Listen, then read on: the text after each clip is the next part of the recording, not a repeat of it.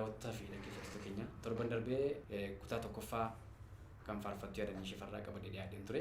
Har'a immoo kutaa lammaffaa qabadee isiniif dhiyaadheen jira. Amma dhumaatti turtii keessa na wajjin haa ta'u.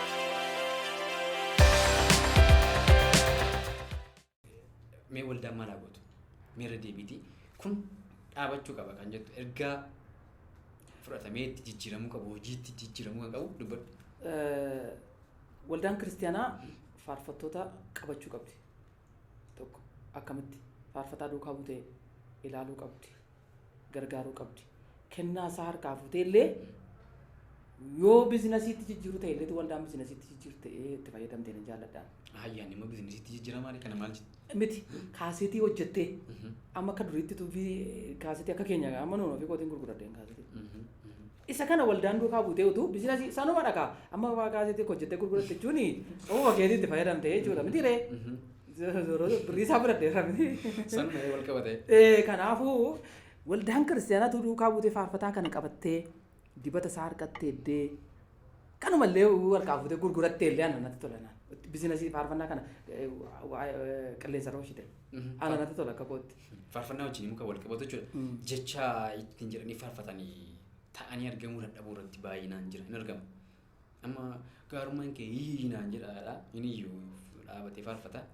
Kuukoo dhen iyyuu kana maraatiin godha gaarummaan keenna. Garuu maraan hin dhaabanna. Sanatti danda'anii fayyadaman yoo ta'e maal hojii dubbachuun barbaachisa? Taatee argamuu sirra jiraadha miti. Waan dubbattu sana taatee argamuu sirra jira. Galataa yoo ta'e keenya waa'ee galataa lafa galataa sana hin jirtu jechuudha. Siif of kenneera nagaruu asuma jirta. Kennuu kee maaliin ibsita? Yeroo baay'ee keessumaa kanarratti argama baay'inaan. Namni tokko anama ni kennaa isa kanarratti irraan dhaabatee boo'ee kan galatee harkasaa akkas godhi gammadee waaqayyoon faarfatu jira. Ibsuu kan akka asirraan agarsiisuu dhiisee jechuudha. Boo'eelaa akkasitti garaa lapheessaa qabatee kan boo'u jira dhaabatee galatuma kana. Tokko immoo akka keenya kana utaale anama utaale ni jaalladha baay'ee. Bor iftii taan iftii jedhamaan ture garuu dhiisuun dadhabeenis. Galatee yeroo jedhamu si sochoosa. Miti ree harka kee walitti rukuttee gammaddee jaallattee faarfatta yeroo galata jedhamu sii dhufa malee galata jedhama akkas yoo jette sii dhufuu wantichi garaagara ta'a yaadni kee kanadha. Tokko immoo jechi sunii fi gochi garaagara inni sun akkamitti wal maxxanuu wal madaaluu danda'a inni isa kana. Amma gaa argitee amma ijoollee duruu faarfatan tokko na yaadadha Dirribaa Baabuu mucaa faarfataan tokko. Faarfannaa galataa dhaabatee ma faarfata. Dhaabatee ma faarfata gammadee. Inni kun argitee baay'ee hundumti isa kanaa badaa antini jechuu hin danda'u. Gammadee ibse akka kabaa fidoo molaal. Isuma faarfatte ta'a. Argitee taphate hunduma kana miti. Amma ijoollee bara kana irraa baranna inni kana dhaloonni kun irraa baratu kana yaada. Tasfaayee Kusaatii fi Girmaa Kusaa. Tasfaayee Kusaa Girmaa Kusaa. Abbaan isaanii waan wal fakkaata abbaan isaanii. Tasfaayee Kusaa faarfannaa isaa waa'ee jaalala waaqayyoo yeroo inni gitaara isaa qabatee faarfatu wayyootuun lafa kana gangaladheen barbaada. Maaliif boosisees koo hin danda'ama. Akkaataa itti fuudhuu waaqayyoo si gargaaredha. Utaaluu bichaatiin miti argite. Uwweettees dirqama miti akkaataa itti fuudhuu waaqayyoo si geggeessu tokkotu jira yeroo baay'ee. Si galee hundumti kun socho'uun dirqama hin danda'u baay'ee. Dhaabatee waaqa isaa wajjin kan wal argee galu jira galatuma sana. Kana yeroo inni waa'ee jaalala waaqayyoo faarfatu Tasfaayee Kusaa jechuudha. Sammuu kee fuudhee biyya waaqaatti keessa bakkaatas biyya kanarra hin jirtu. Garuu dhaabatee ma faarfata. Waa'ee jaalala waaqayyoo dhaabatee faarfata. Sitti tola baqa. Dhaloonni kun illee irraa baratu kana yaaduu danda'a. Waa'ee Girmaa Kusaas baay'ee faarfannaa gaarii qabu yoo ilaalte. Ofiima isaaniiti ijoolleen sun jechuudha. Baay'een isaan jaalladha ergaa isaanii baay'een jaalladha. Kanadha. Egaa nama adda addadha. Warri kaan akkamitti asirreeffatan?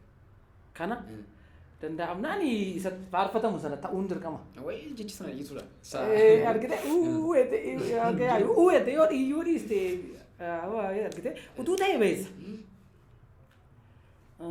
Utuu ta'e beessa. Garuu dhaabatee uwwedha taanaan beektaa Sana fakkeenyaaf kaasne. Sana naa gala danda'amnaan isa taate sana argamu isa faarfatu sana taatee argisiisuun dirqama ta'a. Qabaama sanatti deebina. Qabaama faarfannaa sanatti deebina.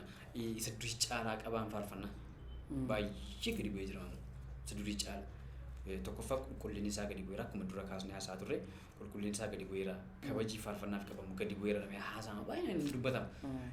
Inuma dhageenya.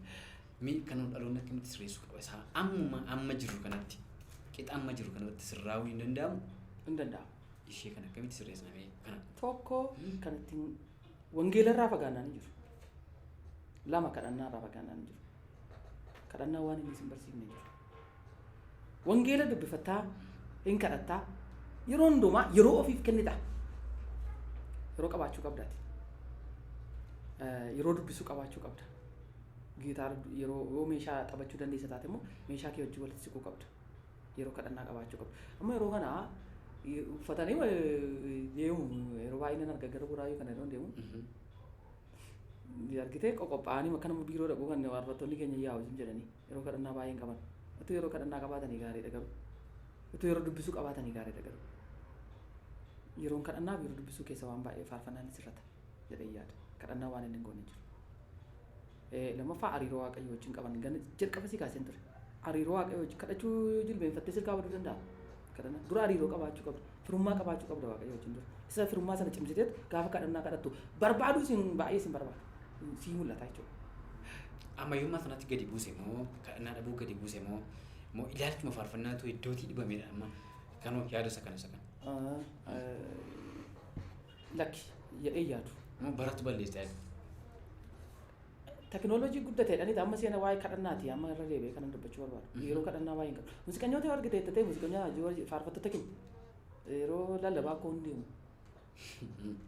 Yeroo lallabaa taa'ee wangeela dubbifatee tiksii inni kennu sana barreessee galee immoo irratti ilaala jedhee namni inni baay'ee miti. Muuziqanyootuma wajjin hin argatu. Kaayee faarfadhu jedhamtu namni muuziqaa si taphatu hin jiru. Gaaf tokko immoo na yaadadha. Konfereensii deemnee turre. Ganama bareekkoo koo durii jalqaba kadhannaa jalqabne. Isa faashiniin isaa hafe maal gootaa naan jedhe. Inni yeroo tajaajilan faashiniin isaa yeroo kadhatan tajaajilan ganama fa'aa kadhatan galgala kadhatan inni kun akkoo faashiniin isaa hafeera naan jedhe.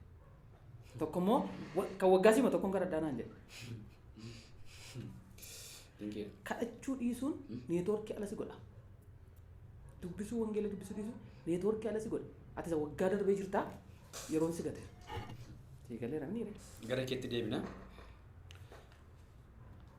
Dubartoonni tajaajiltoonni baay'een keessumaa amma mana ijaarratanitti amma kan iddoo gaa'ela bira ga'anitti isa booda inni tajaajilli isaa hin dhaabata. Waan haala kamiin danqamaniitu akkamitti isaan dhaabatan hin beeknu akka durii madarakkiitti hin deddeebi'an. Sunoo rakkoon isaa maaliin baay'inaan yoo argirreema tajaajiltoota dhiirotaa yoo wayya malee keessumaan dubartootaa baay'ee ulfaata. Jedhamee haasa'ama yeroo baay'ee. Inni kun rakkoo maaliiti? Ilaalcha moo dhuguma isaa haala jira? Baay'ee cimaadha. Mana godhattee tajaajiluun baay'ee sitti ulfaata. Wanti afaan sitti balu baay'eedha mana keessa. Yookiin keessumaa sitti dhufa. Yookiin ijoollee mucaatu ganaa guddata. Yookiin immoo mana dhiifte akkatti deemtu dhabda. Wanti qabeessi dhaabuu barbaadu erga mana godhattee dhumaan qabu kumaatama. Inni kun gaaffii qabu nu godha. Isa gana maal goota seete? Akkuma dura siin jedhee kana iddoo biraatti dubbadheera kana. Ejjennoo qabaachuu qabda. Tajaajila keetiif eeggannaa gochuu qabda. Tokko. Eenyuyyuu haadhuhuu eenyu isheen deeman. Ga'ee guddaa qaba tajaajilli koona keessa kootti tajaajila kootiif kan ga'ee guddaan qabaan. Iddoo guddaan qabaa fe'an. Lama famoo ilaalatee ruumuun barbaachisaa dha ta'e. Yoo Yesuusii wajjin wal beekuu ta'e malee si rakkisa.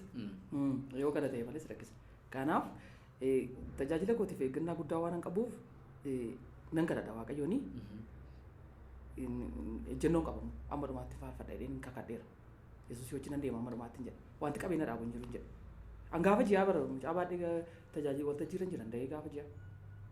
Waldaa lakkuu kattaa makaan Yesuusiin tajaajila deeman gaafa ji'aayyuu isan gaaf tokko dubbadhee yaadadhe Garaatti baadhisi namoota baay'ee wajjin deeman ture hundumtuu na beekun isaan hin jiru amma ji'a sagalitti faarfachaa turan waan si danqoomtu hin jiru Yesuusin hin jaallatta taanaan kamuu sitti ulfaatu hin jaallatta taanaan Yesuus immoo hin jaallata maqaa har'a dhufee mana sitti ijaaree nama si godhee ijoollee sii kennee gaa'ela sii kennee hin dagatamu Yesuus ejjennoo qabaachuu qabdaati kanarratti kadhannaa qabaachuu qabdaa nama mana keetti kennattu nama ijoollee keetti kennattu waaqayyo haala siin jeessa mijaama isaa argitaati kana malee wanti gaa'ela erga godhatte booda tajaajila kee qabee karaa itti nuti barbaadu baay'eedha. Baay'eedha keessumaa achitti danqamu yeroo baay'ee baanii tajaajilu hundi deemu iddoo baay'ee deemu gaafa dhaqanii mana godhatanii wantoota isaan ittiin danqamantu siin galu tokko amma kun ejjennoo dhabuu danda'aa warra akkasii immoo ishee. Tokko kadhannaa qabaachuu qabu akkuma siin jedhee gaa'illi murteessaadha ilaallatanii hin jechuun itti galuun murteessaadha. Nama si hubatu ta'uu qaba. Nama mana kana baatu ta'uu qaba. Nama kadhannaan si gargaaru ta'uu qaba. Nama bakka kee bu'ee ijoollee kana gargaaru ta'uu qaba. Qophaa kee hin dandeessu tajaajila. Mana godha dura akkuma siin jedhe nama Yesuusii wajjin wal beeku nama mana Waaqayyoo keessa jiru tokko sii ta'uu qaba gaa'ila keetii. Nama tajaajilaa tokko nama akkasii ta'uu qaba. Anammanii ijoollee koo kan guddiseessadha. Baay'inaan jechuudha. Akka aadaatti isa tunaa guddisanaaf. Baay'ina gargaara kanarratti. Kana ijoon dubbii achidha. Mana kana duukaa nama laalu nama si hubatu nama tajaajila kee eeggannaa si godhu ta'uu qaba. Kanarraa kan hafe sirkatti bada. Sirkatti bada. Ejjennoo kee irraa maal baratamu warri kaanii atama mana keetu gaggeessitu mana kee qabaa mana kee kuma qabdiitti jirtu ijoollee kee firtuma yaaddu tumaan maal jettu tajaajila kee tumtuu danqaa akkan ta'anitti haasaa jirta. Isa kanarraa maal hawwatan namoonni? Akkuma siin jedhee ilaallachuun barbaachisaadha dura. Kun nucha jalqabaati. Taansuudhaan immoo ejjennoo qaba wantoonni amma mee waan ijoolleen kee mee si mararti baay'ee jaallatta bira deebisin godhu. Yeroo eessa deemtaa si jetti wallaaltuudha. Eeguutiin kennee deemaa jetta lafa daa'imti mini eeguutiin kennee deemaa jetta. Garuu jaalalli Yesuus Kiristoos immoo irra taanaan ijoollee sana mucaa keessa garaatii baafatte sana caalaa jaallatta taanaan Yesuusin jaalalli ijoollee sun qabee jetti sin hambisu. Irma deemta.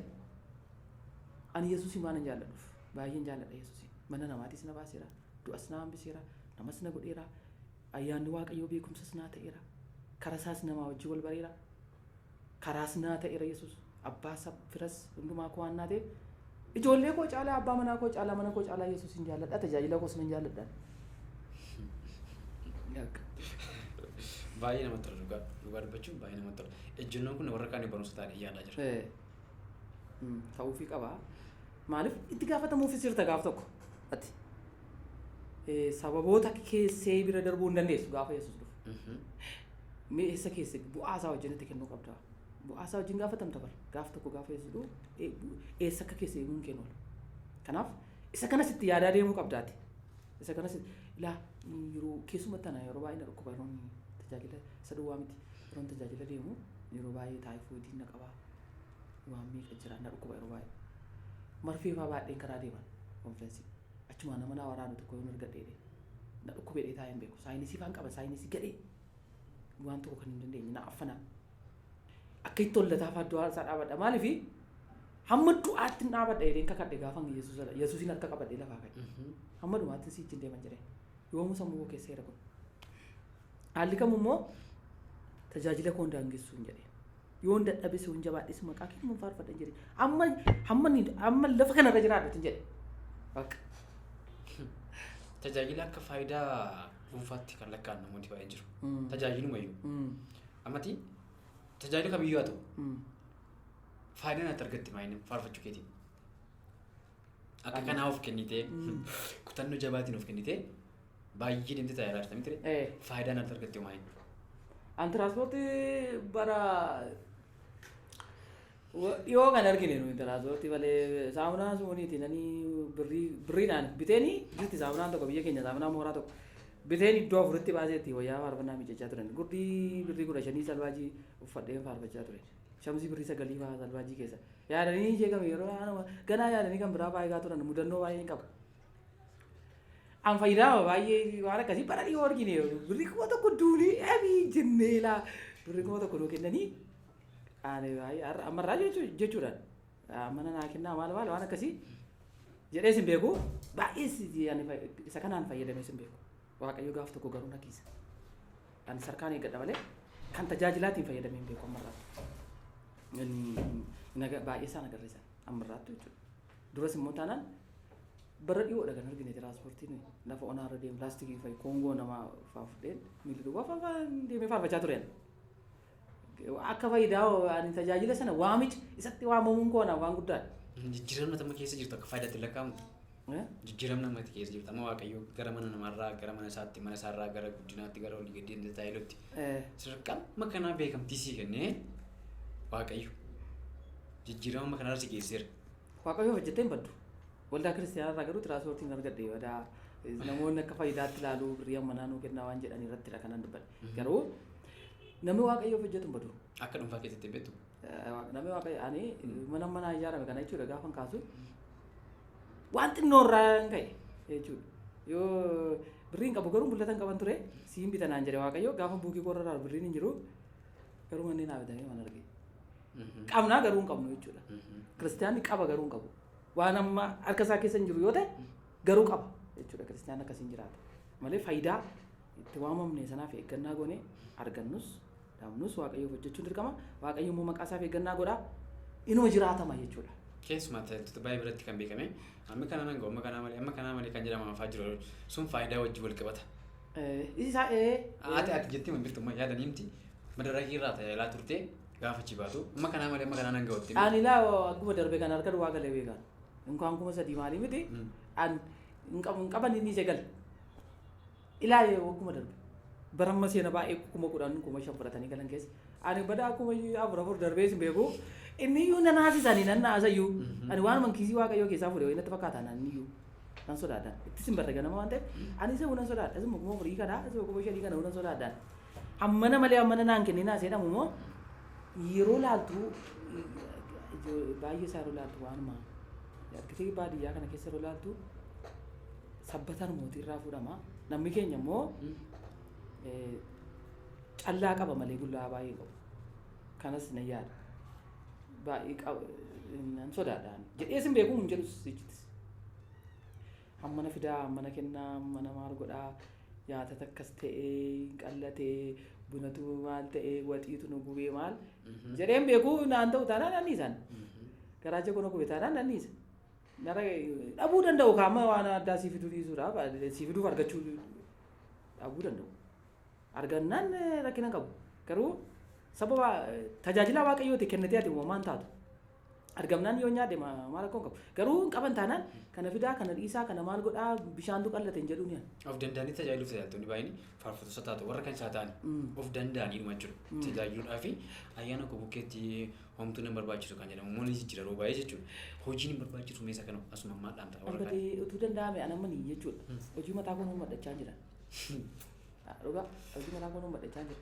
amma karoorsee jira waaqayyoon murratti kadhachaa jira of dandeessee tajaajiluun waldaa kiristaanaa birrii keetiin bira dhaabattee dibata keen bira dhaabattee of danda'u jechuun maaloo maannaa waaqarraa argachee jedhamu maannaa waaqarraa argachee hin argamu hojii mataa kee barachuun gaariidha keessumatti ani barumsa baay'een jaalladhaan utuu baay'ee gaa haalatu hin jenne malee barumsa baay'een jaalladha barachuun waan tokko harkaan qabachuu